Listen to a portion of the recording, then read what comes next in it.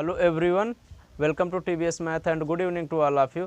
देखिए, हमने हिस्ट्री में जो है सिंधु घाटी सभ्यता तक कंप्लीट कर लिया था।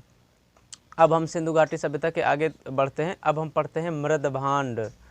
क्या पढ़ते हैं? पोट्री, मृदभांड। देखिए, जब मैंने कोचिंग में पढ़ा था अपनी मृदभांड, तो मेरे हवाई में निकला था वहाँ। तो आज मैं प्रयास करूँगा कि आपको बेहतर तरीके से मृदभांड पढ़ा पाऊँ। और यहाँ से आप मृदभांड का एक क्लास मेरा देख लीजिए। आप कहीं से भी कोई भी क्वेश्चन सॉल्व करिए, क्वेश्चन आपके आराम से सॉल्व होंगे। आप इसके लिए बिल्कुल निश्चित रहिए, लेकिन क्लास लास्ट तक देखिए है ना। कंटेंट में देखिए मेरे कोई कमी नहीं है, और आप केवल एक बार मेरा पूरा कंटेंट पढ़ लीजिए, नोट्स बना लीजिए।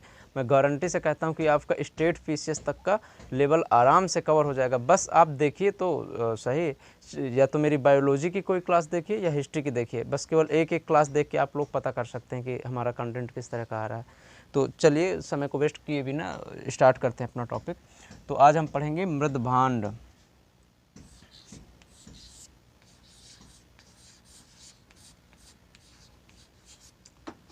इंग्लिश में इसको कहते हैं पोट्री।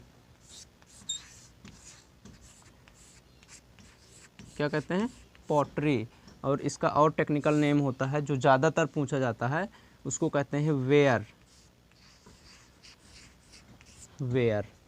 ओके।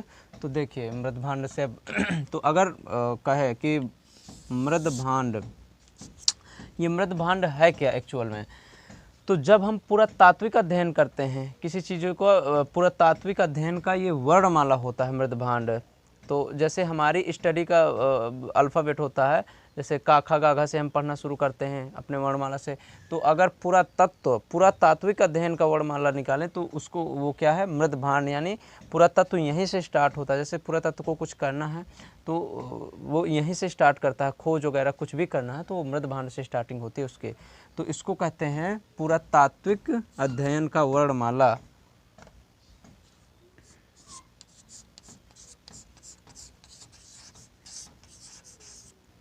पुरातात्विक अध्ययन का वर्णमाला।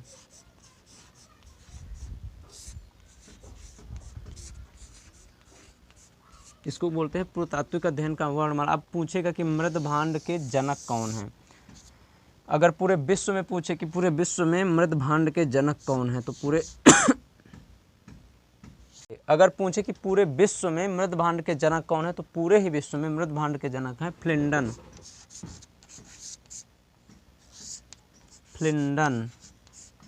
ये फैक्ट है, प्रीलिम्स एग्जाम में सीधे के सीधे पूछ लिए जाते हैं।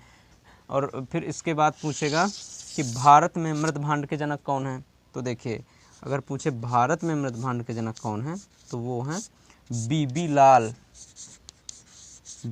लाल। इसका जिक्र पहले भी हो चुका है। बीबी लाल और बीके थापर ने मिलकर कालीबंगा की खोज की थी, जो कि सिंधु घाटी सभ्यता का एक राजस्थान में पाया जाने वाला स्थल है ना। और इससे अब क्या फैक्ट बन सकते हैं? तो देखिए, इसको कहते हैं पुरातात्विक अध्ययन का वर्णमाला। और फिर इसके बाद हमने पढ़ा कि और देखिए, इसकी सर्वप्रथम खोज कब हुई थी मृदभांड की? तो हम लोगों ने जब पाषाण काल हम लोग डिस्कस कर रहे थे, तो हमने पढ़ लिया था कि नवपाषाण काल में मृदभांड की खोज हो गई थी।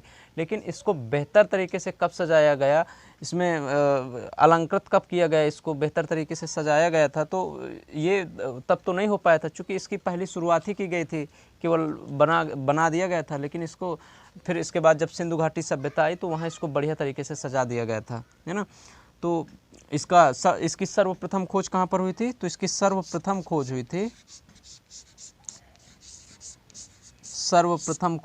वो हुई थी नवपाषाण काल।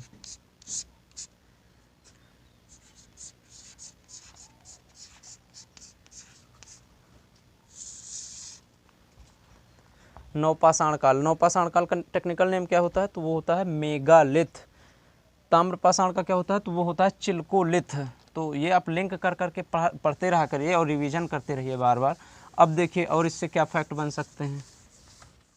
इसकी सर्वप्रथम खोज हुई नवपाषाण काल में। फिर इसके बाद नेक्स्ट पॉइंट हम इसमें देख लेते हैं कि यह सबसे पहली बार कहाँ देखा गया, ये मृदभांड जो है। तो यह सबसे पहली बार देखा गया हमारे ही प्रदेश उत्तर प्रदेश के इलाहाबाद में, जिसका नया नाम हो गया प्रयागराज। तो ये सबसे पहले कहाँ देखने को मिला? तो ये मिला इलाहाबाद में। अगर पूछे कि सबसे ज़्यादा यह देखने को कहाँ मिला है, तो यह सबसे ज़्यादा देखने को मिला है हस्तिनापुर में।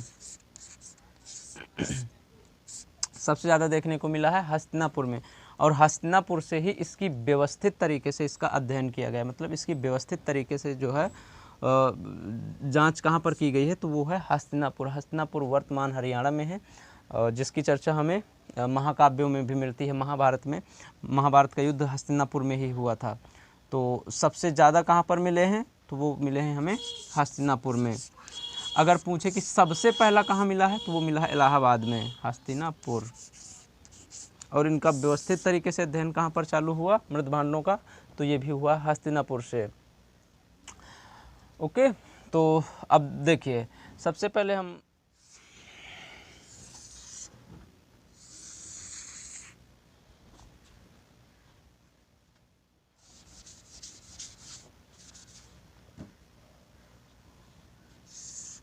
तो देखिए सबसे पहले हम लोगों ने देखा हड़प्पा काल, सिंधु घाटी सभ्यता हम लोगों ने पढ़े। तो अब हम पढ़ेंगे कि सिंधु घाटी सभ्यता में भाई कौन कौन से मृदभांड मिले हैं। फिर सिंधु घाटी सभ्यता के बाद क्या होता है कि आर्य आ जाते हैं भारत में, फिर उन्होंने वेदों की रचना की कर दी। तो फिर इसके बाद आ जाता है वैदिक काल। फिर वैदिक काल के बाद पूरे ही भारत को 16 महाजनपदों में बांट दिया जाता है, तो उसको कहते हैं महाजनपद काल। अब पूछा जाएगा कि सिंधु घाटी में या हड़प्पा काल में कौन कौन से मृदभांड मिले हैं, वैदिक काल में कौन कौन से मृदभांड मिले, महाजनपद काल में कौन कौन से मृदभांड मिले, ऐसा कौन सा मृदभांड था जो तीनों में कॉमन था। तो यहाँ से हमारे क्वेश्चन बनते हैं, और क्वेश्चन यहीं से बनते हैं सबसे ज़्यादा, जो वनडे एग्जाम के पॉइंट ऑफ व्यू से इम्पॉर्टेंट है। और आपको डिटेल में पढ़ना, तो मैं तो देखिए पढ़ा ही रहा हूँ, मैं तो सबको लेकर चल रहा हूँ। तो देखिए अब हम सबसे पहले डालते हैं हड़प्पा काल के जो मृदभांड थे, हड़प्पा काल। फिर इसके बाद आर्य लोग आ गए, तो फिर उन्होंने वेदों की रचना कर दी थी, तो फिर क्या हो गया ये वैदिक काल, वैदिक काल। फिर इसके बाद आ गया हमारा महाजनपद काल।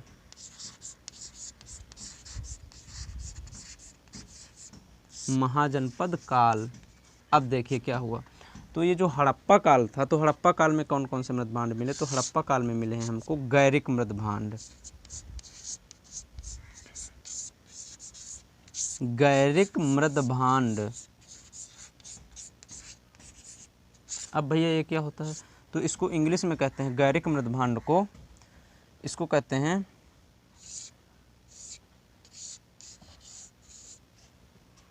ऑचरी, ochre coloured, ochre coloured pottery, ochre coloured pottery. अब इसी को शॉर्टकट में कह देंगे OCP। JRF में क्वेश्चन पूछा गया था कि OCP कहाँ पर मिले हैं, तो लड़के कंफ्यूज हो गए थे कि ये रीजनिंग है कि हिस्ट्री है। तो आप याद रखिए, हालांकि वो काफ़ी टफ लेवल हो जाता है JRF, आप जानते ही होंगे। अब इसके बाद इसमें कौन सा मिला है, तो इसको आप नोट करिए पहले। तो देखिए अब वैदिक काल में कौन कौन सा मिला है। अब हाँ, एक पॉइंट और यहाँ याद कर लीजिए कि जो हड़प्पा काल के मृदभांड होते थे वह रेड कलर के होते थे। अगर पूछे कि वैदिक काल और हड़प्पा काल में मृदभांडों में कौन सा अंतर था, मतलब किस आधार पर ये एक दूसरे से अलग थे, UPSC का क्वेश्चन है ये, तो यह कलर के आधार पर अलग होते थे। देखिए इसका कलर था ग्रे कलर। ग्रे का मतलब होता है स्लेटी, जैसे हमारी जो फर्श होती है सीमेंट वाला कलर, उसको कहते हैं ग्रे कलर। और हड़प्पा काल में जो था तो वो थे लाल कलर के, इसको आप विशेष रूप से याद रखें। तो देखिए इसमें अब कौन सा मिला है, इसमें मिला था गैरिक मृदभांड, जिसको हमने कहा OCP, ochre coloured pottery. Okay, OCP कहा, और ये लाल कलर के होते थे हड़प्पा कालीन। अब वैदिक काल के देखते हैं, तो ये इनको कहा जाता था चित्रित धूसर मृदभांड।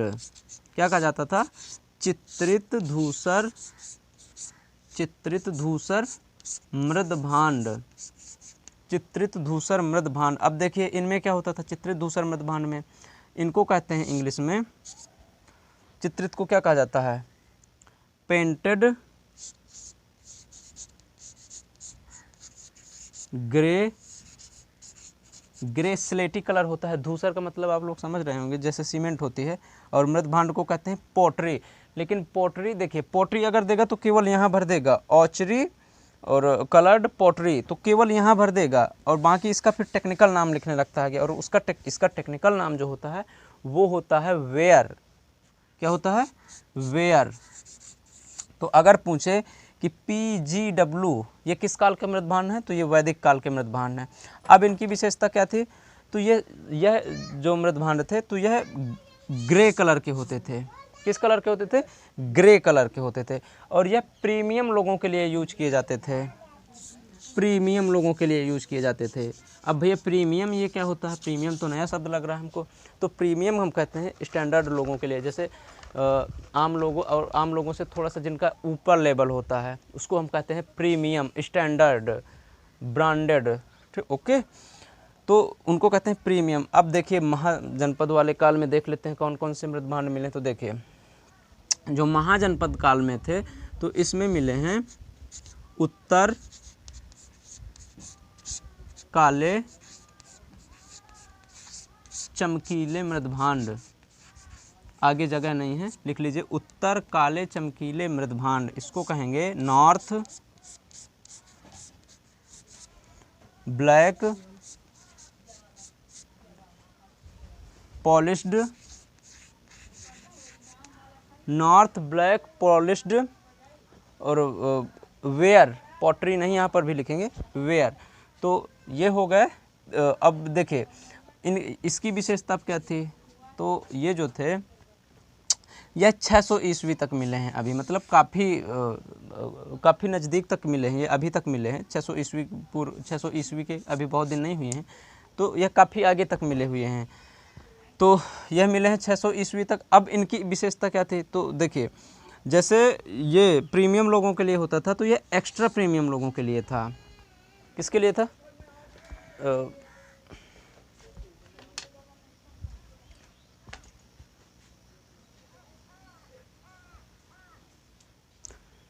तो यह था भैया एक्स्ट्रा प्रीमियम लोगों के लिए, एक्स्ट्रा प्रीमियम लोगों के लिए मतलब ज़्यादा ही स्टैंडर्ड लोगों के लिए। देखिए जैसे अमूमन क्या होता है कि जैसे हमारे लिए कोई आम इंसान होता है पहले, फिर इसके बाद जो मतलब प्रतिष्ठित लोग होते हैं तो वो होते हैं, फिर इसके बाद जो हमारे कोई ख़ास बहुत अच्छे रिलेशनशिप के होते हैं तब हम उनके लिए निकालेंगे लोगों के लिए। जैसे मान लीजिए हमारे पास कोई आम इंसान आया पानी पीने के लिए, तो हम उसको ऐसे ही गिलास में दे देंगे, है ना, तो वो एकदम नॉर्मल अमूमन, तो वो हो गया मान लीजिए गैरिक मृदभांड। ठीक, और फिर इसके बाद जैसे हमारे कोई मतलब ख़ास आदमी आए तो उनको दे देंगे प्रीमियम वाले बर्तन, मतलब थोड़ा सा स्टैंडर्ड। और फिर इसके बाद अगर हमारे जैसे बहुत ख़ास दोस्त आ गए, जैसे हमारे बहुत ख़ास रिलेशनशिप के आ गए, जीजा जी हो गए, कुछ भी हो गए, जो हमसे बहुत अच्छे से हम जिनको मतलब बहुत ऊंचाई तक मानते हैं, सबसे प्रतिष्ठित जिनको समझते हैं हम लोग, उनको पिलाएंगे फिर एक्स्ट्रा प्रीमियम बर्तन में, है ना। और तो ये क्या होते थे? Extra premium. और पूछेगा कि सर्वाधिक रसायन का प्रयोग किस प्रकार के मृदभांडों में किया गया? तो वो भैया किया गया है महाजनपद वाले मृदभांड में, यानी उत्तर काले चमकीले मृदभांडों में। इसमें सर्वाधिक रसायन का प्रयोग हुआ है। और कौन?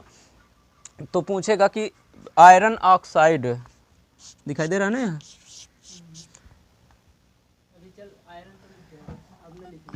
आयरन ऑक्साइड पूछेगा कि आयरन ऑक्साइड की मात्रा किस प्रकार के मृदभांडों में देखने को मिली है? तो वो मिली है उत्तर काले चमकीले मृदभांडों में। तो इसकी फटाफट हम तीनों प्रकार की विशेषताएं देखिए। महाजनपद काल के जो मृदभांड होते थे उसको कहा जाता था उत्तर काले चमकीले मृदभांड, north black polished ware. Okay, और फिर इसके बाद पूछेगा कि ये कब तक मिले? तो ये 600 ईस्वी तक मिले। ईसा पूर्व में और ईस्वी में अंतर है, तो ये 600 ईस्वी तक मिले हैं। यह एक्स्ट्रा प्रीमियम होते थे और इनमें सर्वाधिक रसायन का प्रयोग हुआ है। अब देखिए अगर पूछे क्वेश्चन कि सबसे पहली खोजी गई धातु कौन सी है, तो मैंने पढ़ा दिया था पाषाण काल में कि सबसे पहली खोजी गई धातु तांबा है। फिर इसके बाद नेक्स्ट क्वेश्चन कि मानव द्वारा मतलब पहली उपलब्धि कौन सी है, खोजी गई पहली उपलब्धि, यानी अपने विकास के लिए मनुष्य ने सबसे पहले क्या खोजा? तो पूरा पाषाण काल में मनुष्य ने सबसे पहले आग की खोज कर ली थी और वही उसकी सबसे बड़ी उपलब्धि थी। तो सबसे बड़ी उपलब्धि मनुष्य की क्या हुई? आग की खोज। सबसे पहले खोजी गई धातु तांबा। अगर पूछे कि मानव के द्वारा खोजी गई पहली रासायनिक वस्तु क्या है, तो वो है मृदभांड।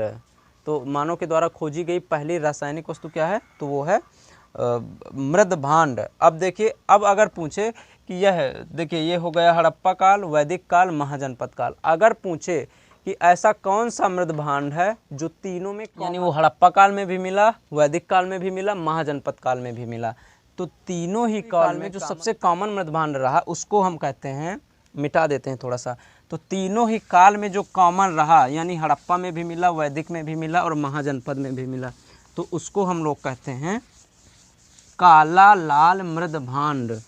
क्या कहते हैं? काले लाल मृदभांड। कॉमन, तीनों में कॉमन कौन सा रहा है, तो वो रहा है काला या काले लाल मृदभांड। अब देखिए इसका दूसरा नाम बदल देता है, तो देखिए कैसे ये दिमाग लगाता है। काला, काला को हम लोग कृष्ण कह सकते हैं ना, कृष्ण। अरे भाई कृष्ण जी रात में पैदा हुए थे तो वो काले थे, तो कृष्ण। और इसका आदर्श कृष्ण का भी आप लोगों ने पढ़ा होगा, अगर वैज्ञानिक तरीके से आप लोग जिक्र करें तो देखिए इसको हम कह सकते हैं कृष्ण। काले को क्या कह सकते हैं? कृष्ण। लाल को हम लोग कह देते हैं लौहित। जैसे लोहा को तपा दिया जाता है ना तो लाल लाल हो जाता है, तो क्या कह देंगे इसको? लौहित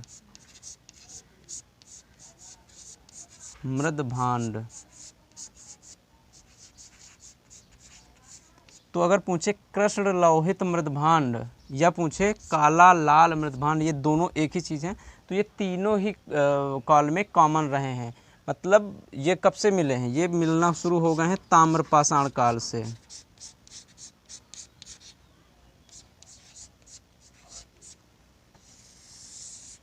ताम्रपाषाण काल से लेकर कब तक मिले? महाजनपद काल तक।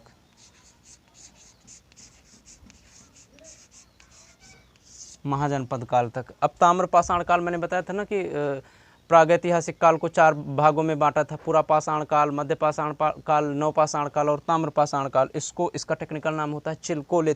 तो चिल्कोलिथ से लेकर महाजनपद तक कौन से मृदभांड मिले हैं? तो वो मिले हैं कृष्ण लौहित मृदभांड या काला लाल मृदभांड। मृदभांड से संबंधित मैंने सारा डिटेल आप लोगों को डिस्कस कर दिया है। उम्मीद करता हूँ कि वीडियो समझ में आया होगा। देखिए please like, subscribe and share my video. देखिए अब आप लोग इतना तो कर ही सकते हैं भाई, आप लोगों के लिए इतना मेहनत करते हैं तो थोड़ा सा सपोर्ट करिए हम लोगों का, और पढ़ते रहिए, मस्त रहिए। Thank you.